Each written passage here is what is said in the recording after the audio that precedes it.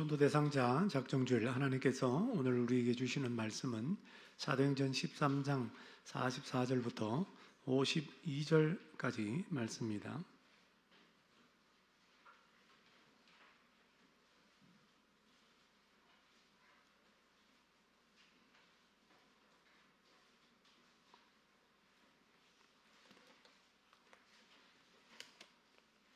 신약성경 211면에 있습니다.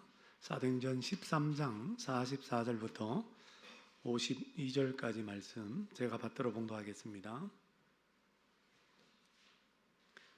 그 다음 안식일에는 온 시민이 그의 다 하나님의 말씀을 듣고자 하여 모이니 유대인들이 그 무리를 보고 시기가 가득하여 바울이 말한 것을 반박하고 비방하거늘 바울과 바나바가 담대히 말하여 이르되 하나님의 말씀을 마땅히 먼저 너희에게 전할 것이로되 너희가 그것을 버리고 영생을 얻기에 합당하지 않은 자로 자처하기로 우리가 이방인에게로 향하노라.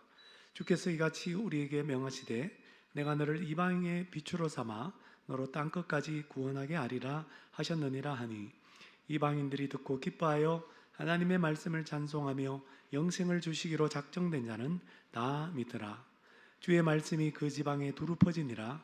이에 유대인들이 경건한 기부인들과 그 신의 유력자들을 선동하여 바울과 바나바를 박해하게 하여 그 지역에서 쫓아내니 두 사람이 그들을 향하여 발에 티끌을 떨어버리고 이고니온으로 가거늘 제자들은 기쁨과 성령이 충만하니라. 아멘.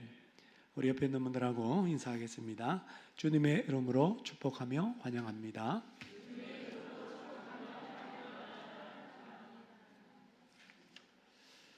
우리가 전도를 하다가 이거 지금 뭐 하는 짓이냐 이런 생각이 들 때가 있습니다.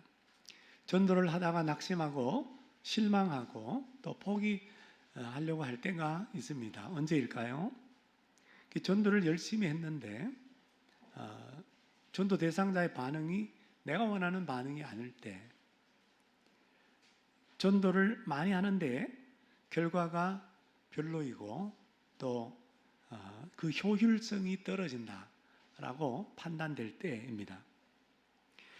그러니까 우리의 관심은 늘 전도의 결과에 있습니다. 전도가 잘 되나 안 되나. 교회에서 전도를 하자고 할 때 또 어느 여러 성도들은 그렇게 전도했는데 별로 효과가 없었는데 이렇게 얘기하면서 그 전도에 대해서 태클을 거는 사람들이 있어요. 우리 교회는 그런 사람들은 아무도 없죠. 왜 이렇게 생각하느냐? 그것은 전도를 사업으로 생각하기 때문입니다. 사업이 잘 되나 안 되나? 사업이 잘 안 돼. 계속 잘 안 돼. 그럼 여러분 사업을 하는 사람 입장에서는 어떻게 하겠습니까? 사업을 접죠. 사업이 안 되는데 뭐 계속 사업을 합니까? 사업을 접어요. 전도를 사업으로 생각하면 전도가 안 돼. 그렇게 생각되는 순간 아무리 해도 전도가 안 돼. 그러면 사업 접듯이 전도도 접어야 합니까? 그건 아니잖아요. 전도는 주님의 명령이요. 전도는 우리가 목숨 걸고 감당해야 될 사명이기 때문에 전도의 결과가 어떠하든지 전도가 안 되더라도 주님 앞에 서는 날까지 여러분 전도해야 될 줄로 믿습니다. 오늘 전도 대상자 작정주의를 맞이해서 우리 모두 전도를 사업으로 생각하지 말고 그 전도가 안 되어도 결과가 별로라도 우리가 투자한 만큼 그런 효과가 없다 할지라도 실망하지 말고 전도는 주님의 명령이요, 전도는 우리의 과업이요, 전도는 우리의 사명임을 깨닫고 주님 오시는 날까지 계속해서 전도하는 우리 신강교회 저와 여러분들이 되시기를 축복합니다. 사도 바울이 1차 전도 여행 중에 비시디아 안디옥에서 전도를 했는데요.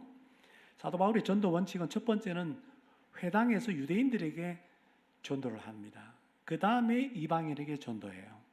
비시디아 안디옥에도 유대인들의 회당이 있었어요. 그래서 회당에 들어가서 복음을 전했습니다.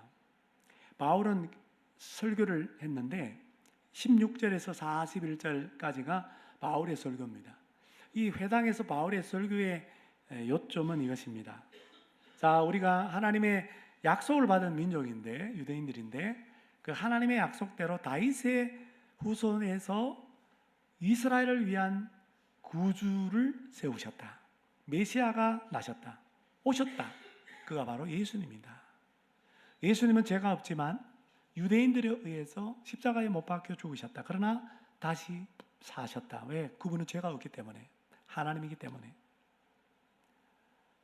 이것은 구약 성경, 우리가 읽은 그 성경의 많은 선지자들의 예언의 성취였다. 그러므로 예수님을 힘입어 죄사함을 받고 예수님을 힘입어 믿는 자가 되어서 의롭다 하심을 얻어라. 의롭다 함을 받아라. 이게 바울의 설교의 요점이었습니다. 복음이죠, 복음. 바울이 그 회당에서 복음을 전한 결과가 어떠합니까? 결과를 보십시오. 자, 전도할 때 이런 결과를 얻었습니다. 50절 보세요. 50절.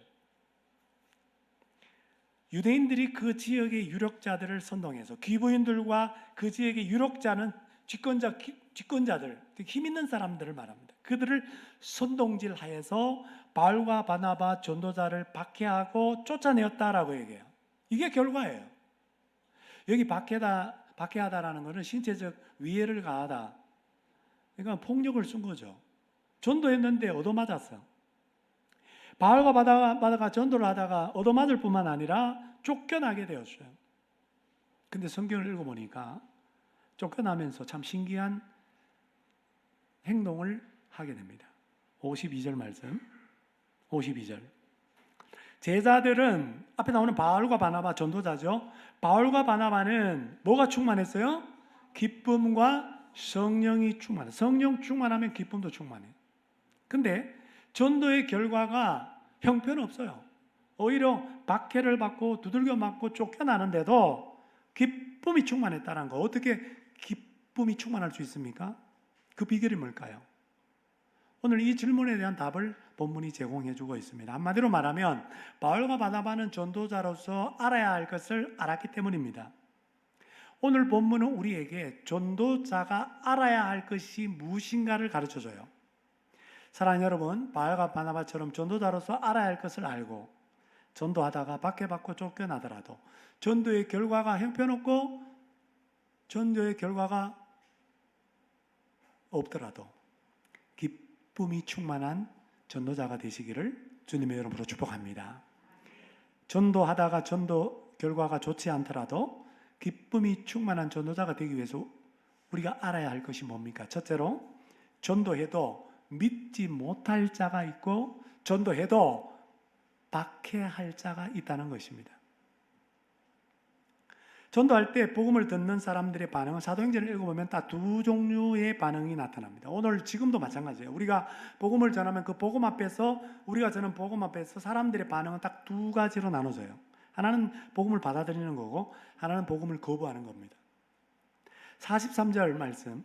해당의 모임이 끝난 후에 유대인과 유대교에 입교한 경건한 사람들, 이 사람들은 이방인인데 유대교로 개종한 사람들을 말합니다. 유대교에 입교한 경건한 사람들. 그러니까 유대인 신자와 이방인 신자들이 많이 바울과 바나바를 따르니라. 바울과 바나바를 따랐다는 건 바울과 바나바가 전한 복음을 받아들였다는 거예요. 이렇게 예수님을 믿었다는 거예요. 이 사람들은 다시 또 개종을 해요. 유대교에서 기독교로 개종을 했다라는 겁니다. 48절. 이방인들이 듣고 기뻐하여 하나님의 말씀을 찬송하며 영생을 주시기로 작정된 자는 다 믿더라. 자, 하나님의 말씀을 어떻게 했다고요? 듣고 바울의 설교를 듣고 기뻐하고 그 말씀을 찬송했다는 거예요. 무슨 말입니까? 말씀을 기쁨으로 받아들였다는 거예요. 복음을 받아들였다는 거예요. 반면에 하나님의 말씀을 똑같이 들었지만 거부하는 사람들이 있어요. 그 말씀을 반박하는 사람들이 있어요. 45절.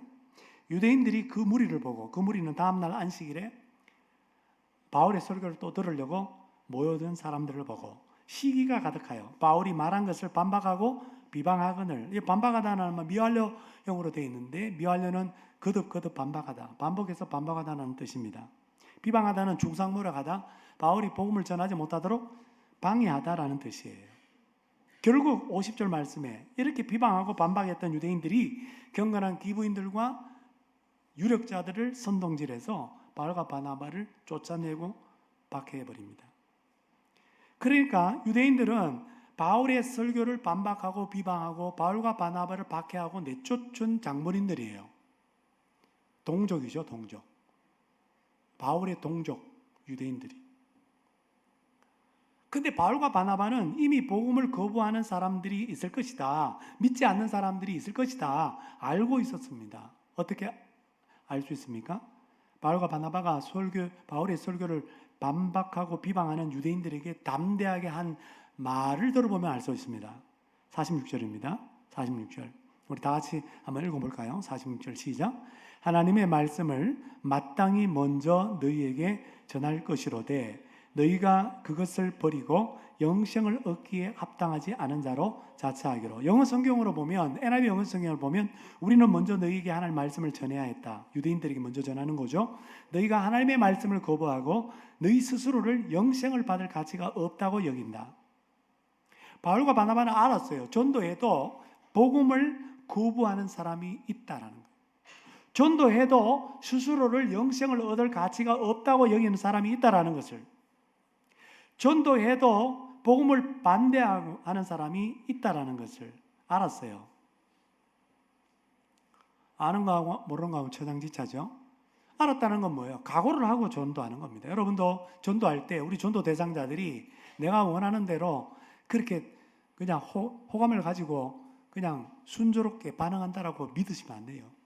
내가 나의 전도 대상자 5명 품었을 때 5명 가운데 5명 모두가 다 복음을 받아들이지 않고 반대할 수도 있는 겁니다. 반박하고 비방할 수도 있다라는 거예요. 그걸 알고 복음을 전하라는 거예요.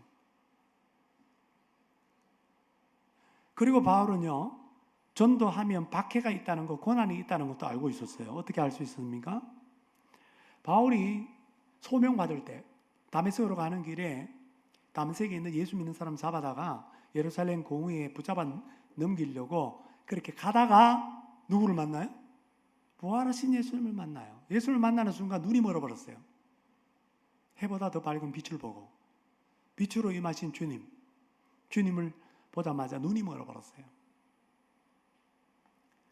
부활하신 예수님이 말합니다. 다메섹 집과 거리로 가서 아나니아라는 사람 만나라. 그렇게 사람 손에 이끌려서 눈이 안 보이니까 다메섹으로 들어가는 중에 마침 그때 주님께서 환상 가운데 아나니아에게 나타나셔서 바울에 대해서 이런 말씀을 하셨습니다. 사도행전 9장 15절 16절입니다. 이 사람 즉 바울은 내 이름을 이방인과 임금들과 이스라엘 자손들에게 전하기 위하여 택한 나의 그릇이라. 그가 바울이 내 이름을 위하여 얼마나 고난을 받아야 할 것을 내가 그에게 보이리라. 그러니까 주님께서 바울에게 보여주셨어요. 뭘 보여주셨어요? 네가 전도하다가, 이방인에게 전도하다가 고난을 많이 받을 것을. 그 바울은 알고 있었어요. 주님께서 보여주셨기 때문에. 우리도 마찬가지입니다. 우리가 전도할 때 여러분 뭐 그렇게 큰 박해는 없지만 아주 그냥 홀대를 당할 수도 있고요, 쌍욕을 얻어먹을 수도 있고요. 전도왕들 간증 들어보면은 실제로 두들겨 맞기도 하고 그런 일들이 있을 수 있어요. 이것을 알고 전도하는 게 굉장히 중요합니다. 바울은 그것을 알았어요. 19세기 미국의 정치가, 사상가, 변호사 로버트 잉거솔이라는 사람이 있었는데요. 이 사람은요, 목사의 아들인데요, 불가지론자예요. 무신론자는 신이 없다라고 주장하는 사람을 말하고요, 불가지론자는요, 신이 있는지 없는지 모르겠다라는 것을 주장하는 사람이에요. 조금 달라요.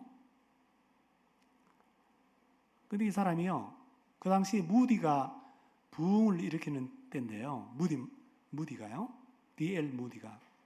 근데 D.L. 무디가 복음 전하면요, 꼭 그 뒤에서요, 비아냥거려요.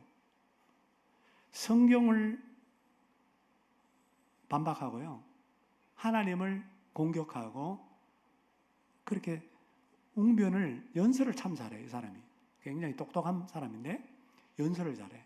그래서 30년 동안 아버지는 목회하면서 설교했지만 이 사람은요, 예수 믿는 사람들 예수 믿지 못하도록, 하나님을 떠나도록 그렇게 연설을 하고 돌아다녔어요. 그가 영향력이 얼마나 강력했는지 그가 심은 불신앙의 씨앗이요. 하버드 대학과 예일 대학교 같은 원래 하버드 예일 대학은요 기독교 대학입니다. 거기 가서도 연설을 해가지고 학생들로 하여금요 그 불신앙의 씨앗을 싹을 틔우게 만들고 열매를 거두어가지고 많은 사람들이 예수님을 떠나게 만들었어요. 동시대에 D.L. 모디도 있었지만 필립 브룩스라고 하는 목사님이 계셨는데요. 인거솔과 개인적인 친분 관계가 있는 목사님입니다.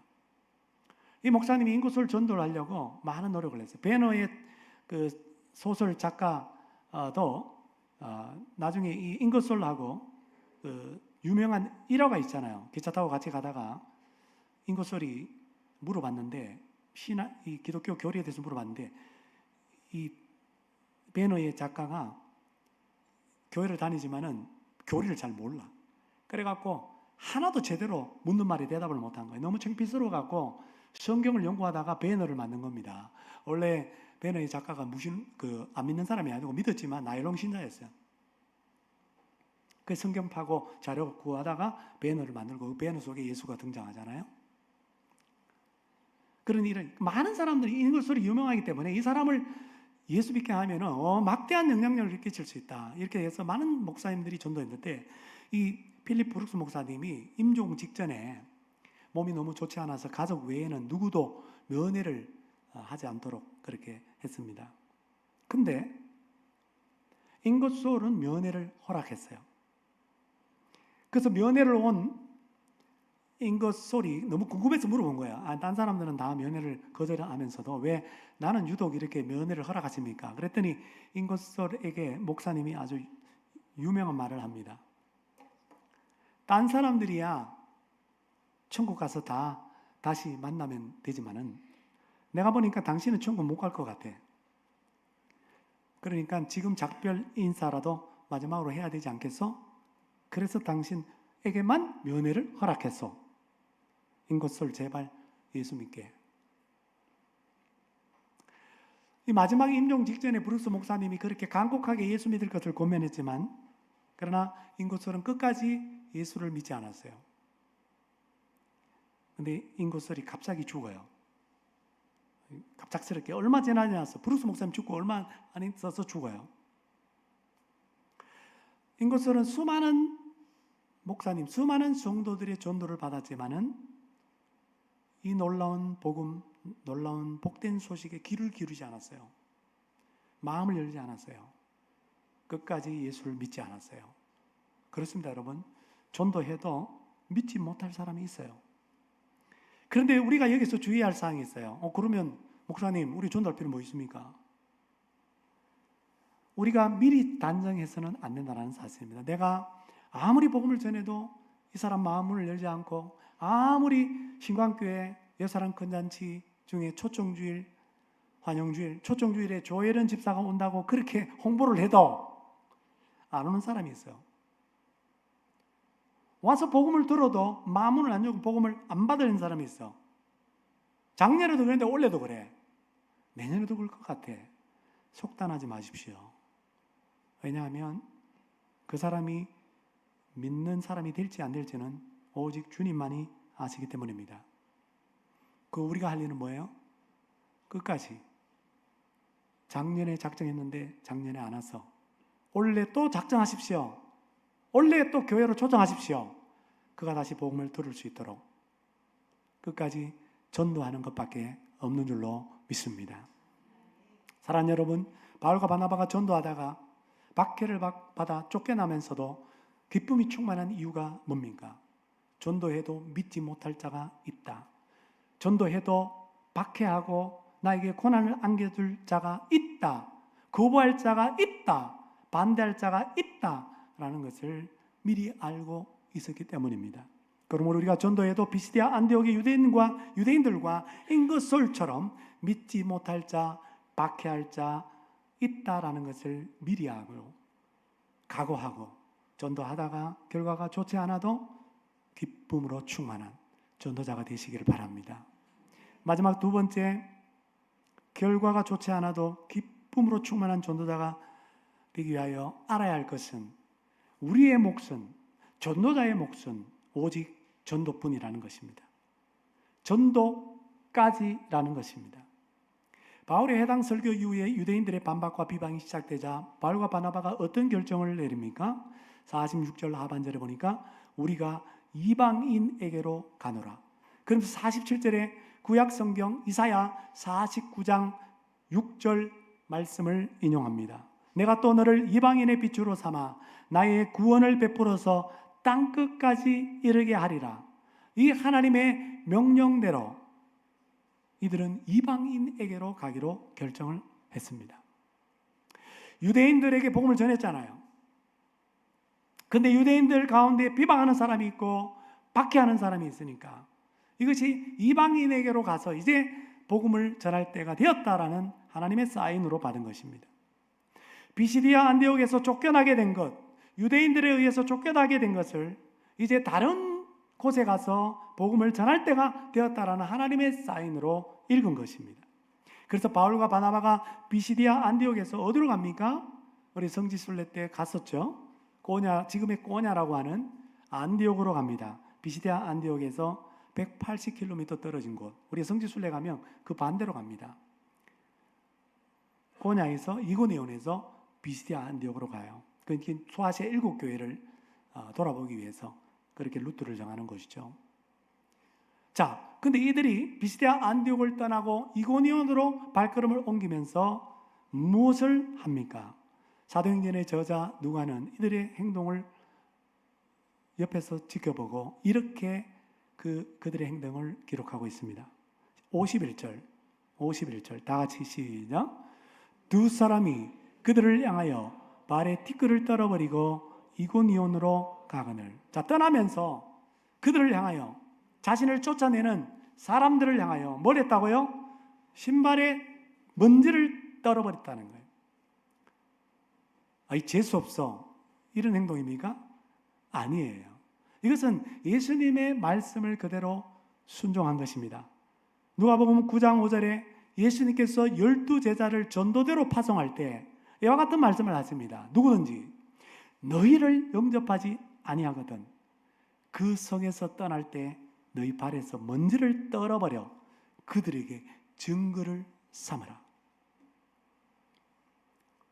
그 먼지가 뭐예요? 믿지 않고 복음을 거부했다는 증거예요. 그 증거를 삼아라. 그러니까 바울과 바나바는 바로 이 예수님의 말씀대로 제자로서 전도자로서 복음을 받아들이지 않는 비시디아 안디옥 사람들을 향하여 발에 먼지를 티끌을 떨어버리고 떠난 것입니다. 그런데 비시디아 안디옥을 떠나면서 앞에서 우리가 함께 보았던 것처럼 제자들 바울과 바나바는 기쁨이 충만했다라고 또 누가는 그들의 얼굴을 보고 기록하였습니다. 무슨 말입니까? 바울과 바나바는 자신들의 몫이 전도까지라는 것을 알았기 때문입니다. 그래서 쫓겨나면서도 자신의 몫을 다했기 때문에 성령으로 충만하고 기쁨으로 충만했던 것입니다. 그렇습니다, 여러분. 전도는 우리의 몫입니다. 전도는 나의 몫입니다. 앞에 있는 목회자나 선교사들의 몫이 아니라 구원받은 모든 신자들의 몫입니다. 구원은 하나님의 몫입니다. 결과는 하나님의 몫입니다. 그래서 바울이 이방인에게로 가기로 결정한 그 와중에도 49절 하반절에 보세요. 49절 하반절. 영생을 주시기로 작정된 자는 어떻게 해요? 다 믿더라. 하나님께서 영생을 주시기로 작정한 사람들이 있는데 그 사람들은 다 믿고 구원을 받더라. 그러니까 뭐예요? 구원은 하나님의 작정이고 하나님의 역사라는 거예요. 하나님의 몫입니다. 그러므로 여러분, 우리가 전도하되, 전도는 하되 구원은 하나님께 맡겨야 될 줄로 믿습니다. 패트리샤 킹이라고 1980년도에 우리나라에서도 간증했던 분인데요. 이 여인이 쓴 책 제목이 빛은 어둠 속에 있다입니다. 그 책에 나오는 그녀의 간증인데요. 그녀는 1980년에 남편 론과 또 자녀들과 함께 하와이 호놀룰루에 가서 3개월간 전도 여행을 한 적이 있었습니다. 아주 믿음이 좋은 부부죠. 밤낮으로 호놀룰루의 노숙자와 중독자들, 알코올과 마약 중독자들, 매춘부, 남창, 범죄자들과 함께 생활했습니다. 부부는 열심히 그리스도의 생명을 그들에게 주기 위하여 복음을 전하였습니다. 복음을 전하면서 동시에 그들을 주님의 사랑으로 섬기고 상담해주고 도와주었습니다. 하지만 이 부부가 금방 그들에게 실망하게 되었습니다. 왜냐하면 그들의 삶이 변화되지 않는 겁니다. 부부가 전한 복음을 받아들이지 않는 거예요. 그들은 여전히 옛생활 그대로 이어갑니다. 훔치기도 하고 거짓말도 하고 사람에게 욕을 하기도 하고. 한 달 보름쯤이 지날 때쯤 그녀의 마음이 점점 굳어지고 마음이 다치기 시작했습니다. 3개월이 지나고 난 다음에 인내심의 한계를 느꼈습니다. 인용합니다. 나는 주님께 불평을 늘어놓았다. 우리를 다시 집으로 돌려보내주세요. 이 사람들은 당신에 대해서, 주님에 대해서 아무 관심이 없습니다. 우리에게도 관심이 없습니다. 저들을 보세요.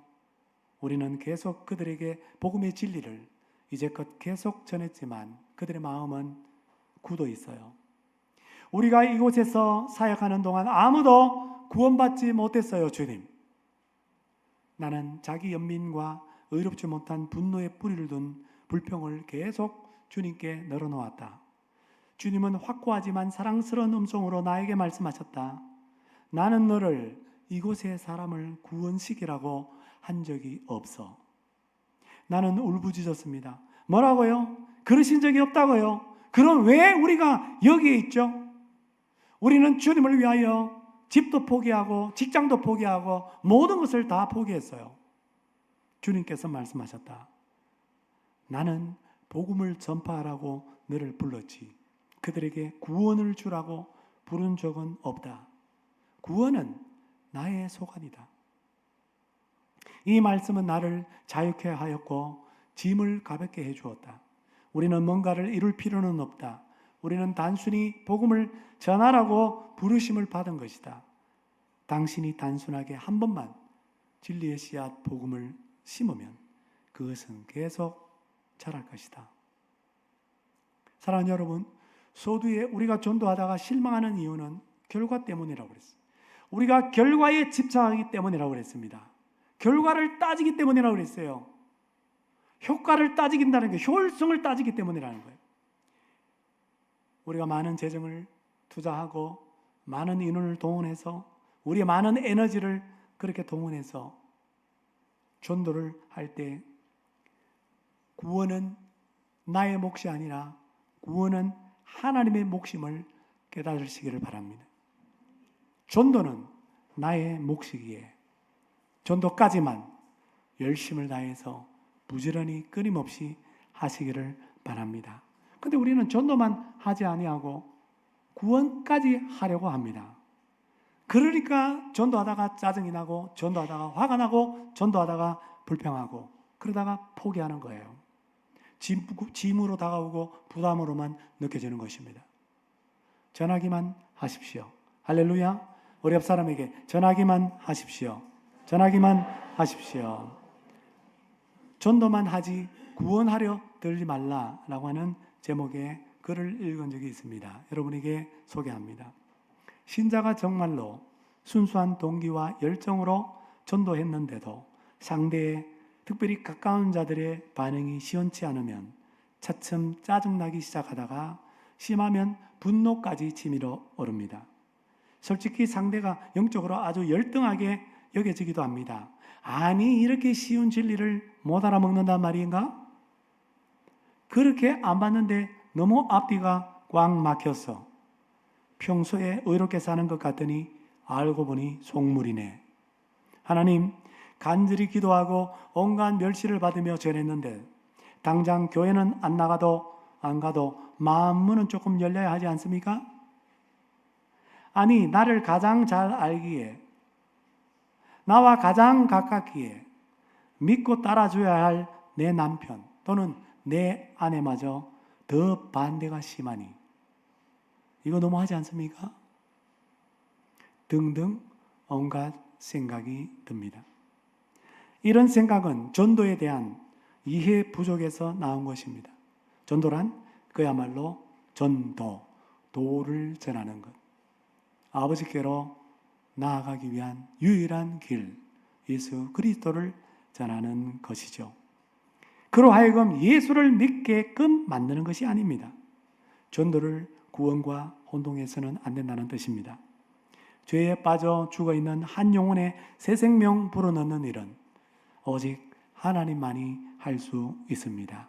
인간 능력 밖의 일이죠.